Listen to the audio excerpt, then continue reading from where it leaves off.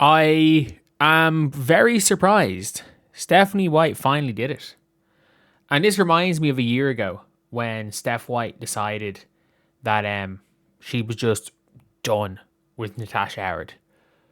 When she just decided, look, I'm actually just like, if you're going to just keep getting in the way, we're going to put Dantas on. The Atlanta Dream game. And there were multiple times last year where Steph White was just done with Damiris Dantas. I'm going to be honest. Like, we all know.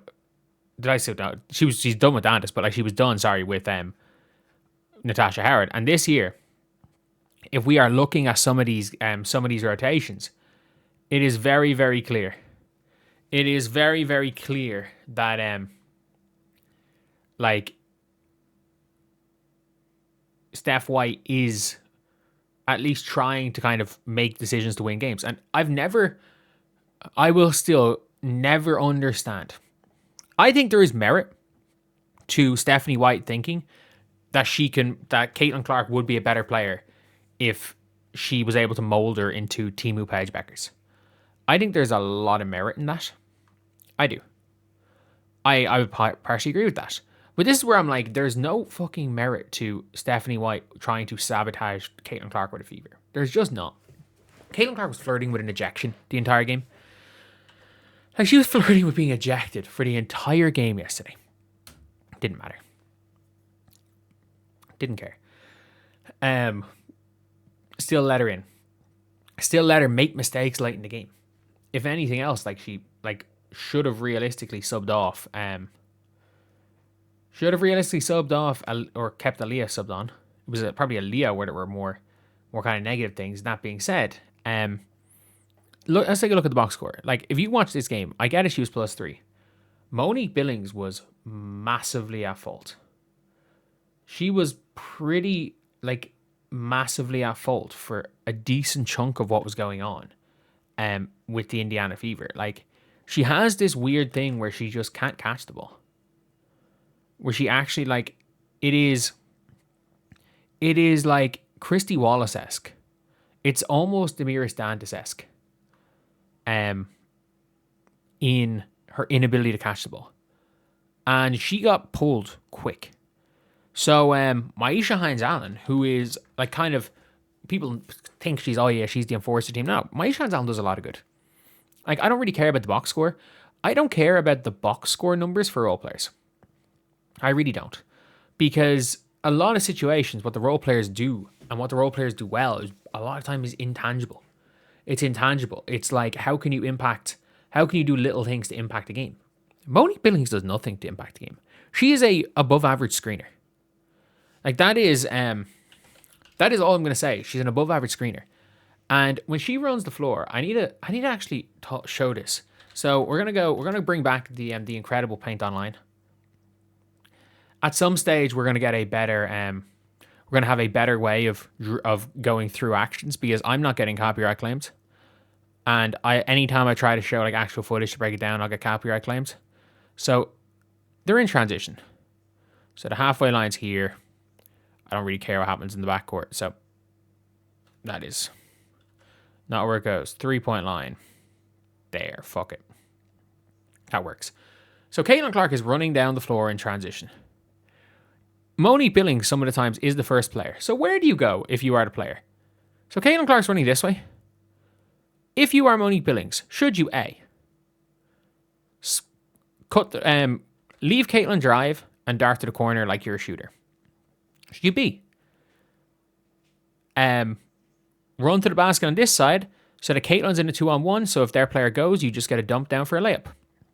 Or should you C, curve your run directly in the middle so that Caitlin's defender and your defender basically deems Caitlin's drive useless. You can't get a pass for a layup unless you literally the only chance you have is by winning the sprint and creating and taking away any advantage Caitlin gets on the break. She chooses option C every single time. Option C every time. She can't make a layup. She can't make a layup. It's really concerning. She missed 3 wide open ones against the Mystics. For me, it's really concerning how bad she is at layups. Because obviously, they're called layups for a reason. Layups are something that you should be making. As a player, you should be making layups. You should be making layups. And she was bad. And Steph White in the second half just said, okay, we're not playing you. We're not playing you. We're winning this game. We're winning the rest of this game. We don't care. We're winning the rest of this game. And that was big. That was really big because, again, that's kind of what you want to see from Steph. And not only that, you have Ty Harris. So Ty Harris was the trendy Hoop Stars player of the game in a game where she made 0 field goals. I shit you not. I shit you not. This is how much the Caitlin Clark haters don't know basketball. Just because she had 7 assists in a game where she did not score. She did not score. Like, if you look at Ty Harris' stats on the year, she is shooting 29% from the field, 12% from 3. And yes, she has a 2-to-1 assist to turnover ratio. And because she had 7 assists with no turnovers, she won player of the game in a game where Aaliyah Boston had 24 points in 90 minutes or in 18 minutes. They gave it to a player who had 0 points.